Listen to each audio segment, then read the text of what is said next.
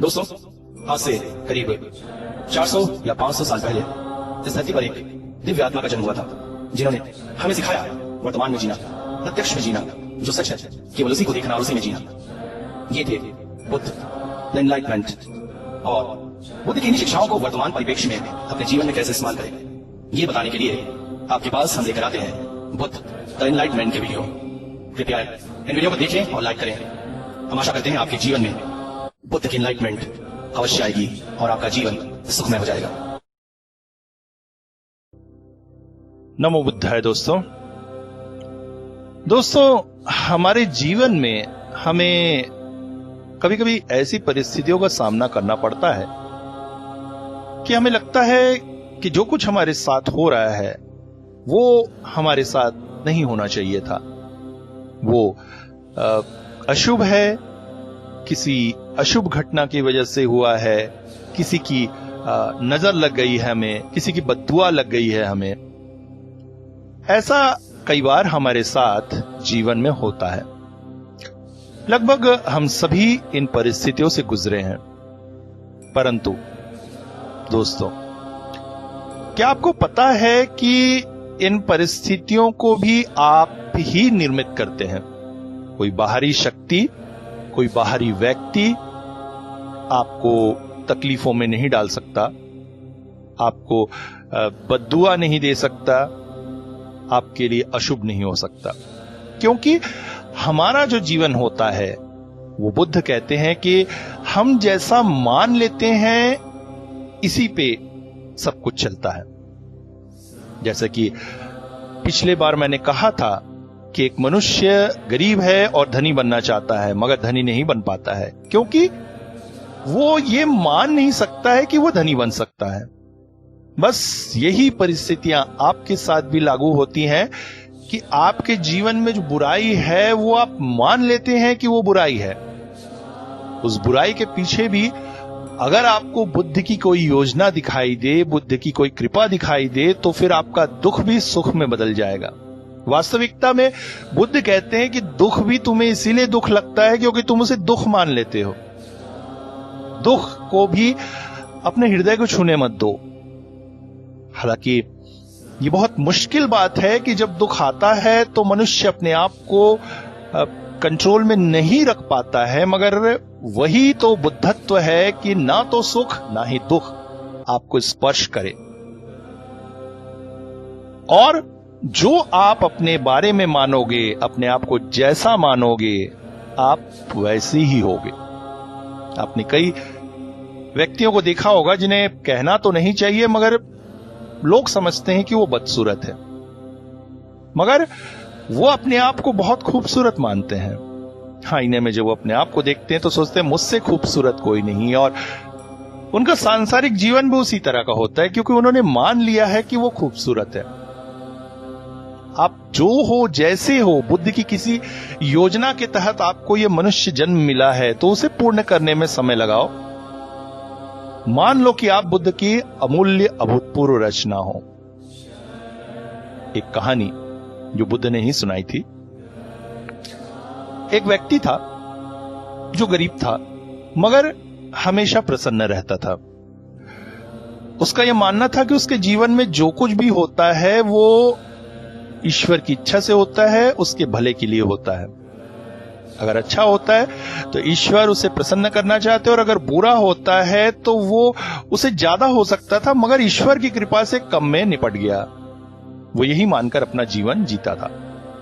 मगर उसका एक पड़ोसी था जो धनवान था, जिसका मानना था कि इस संसार में सुखी तो रहा ही नहीं जा सकता है। संसार दुख ही दुख है, जो कुछ होता है बुरा ही होता है।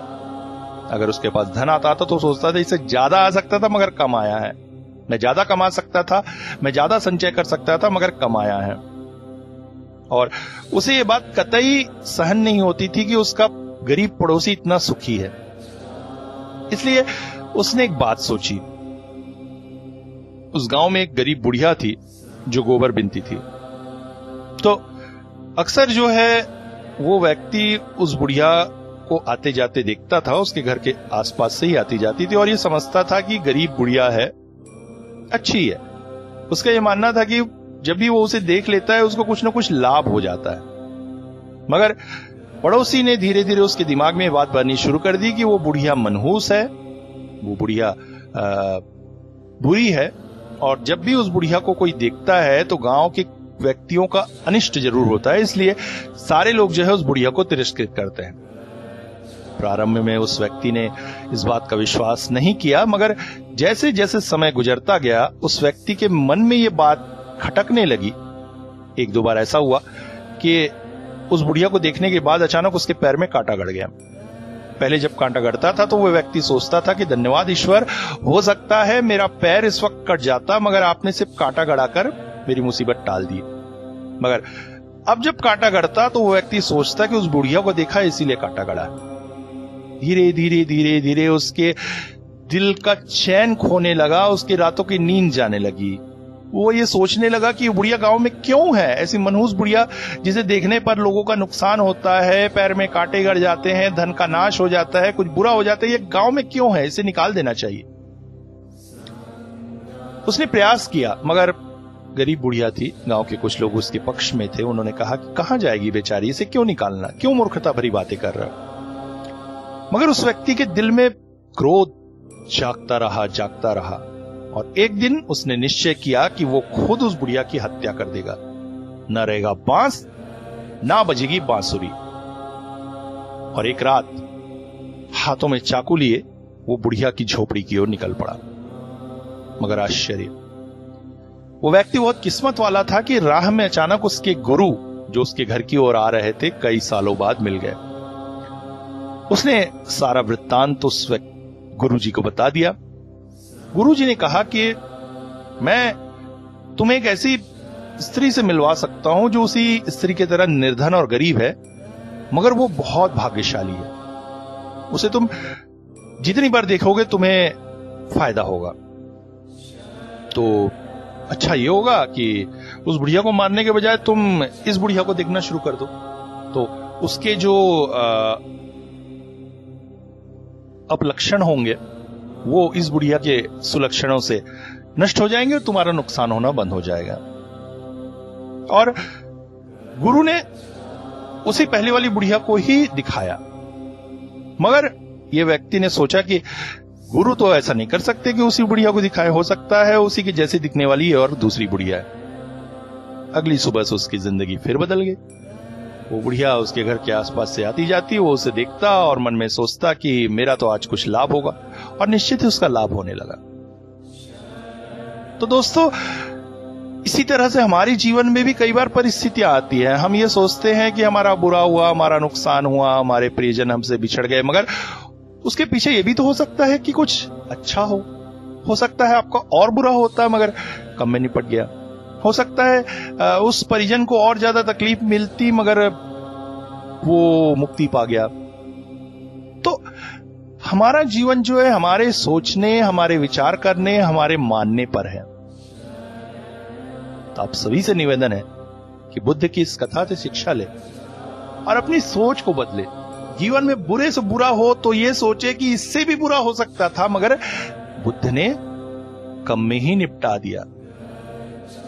ना कोई आपको बद्दुआ दे सकता है, ना कोई आपका बुरा कर सकता है। अगर वो बद्दुआ दे रहा है तो जब तक आप उसे लेंगे नहीं, आप पर नहीं लगेगी और आपका कोई नुकसान नहीं होगा। जीवन में नेगेटिविटी को पूरी तरह से अपनी जिंदगी से निकाल फेंकिए और अच्छा सोचिए, अच्छा करिए। जो होता है अच्छा होता है, ये मानकर चलिए। फिर देखिए जीवन कैसे सुधरता है और आप एक भाग्यशाली व्यक्ति कहलाएंगे और हर कोई कहेगा कि आहा, भाग्य हो, किस्मत हो, तकदीर हो तो इस व्यक्ति के जैसी। सारी परिस्थितियां, सारी जिंदगी, सारे दुख सुख में बदल जाएंगे। मगर ना तो दुख से जुड़ना है, ना ही सुख से जुड़ना है। तभी परम बुद्धत्व को हम प्राप्त कर सकेंगे, क्योंकि हम सभी का जीवन का अंतिम लक्ष्य तो यही है, बुद्धम शरणम गच्छामि। जब आप अपने अंदर की ज्योति को जगाते हैं तो आप बुद्धत्व को प्राप्त होते हैं। जब उस बुद्धत्व, उस ज्योति के द्वारा आप सही राह पर चलते हैं तो आप धम्मम शरणम गच्छामि, धम्म के पथ पर चलते हैं। और उस पथ पर चलते हुए जब आप अपनी समस्त वासनाओं, इच्छाओं, इंद्रियाओं को संग्रहित कर लेते हैं तो संघम शरणम गच्छामि, आप संघ की शरण में चलते हैं। नमो बुद्ध।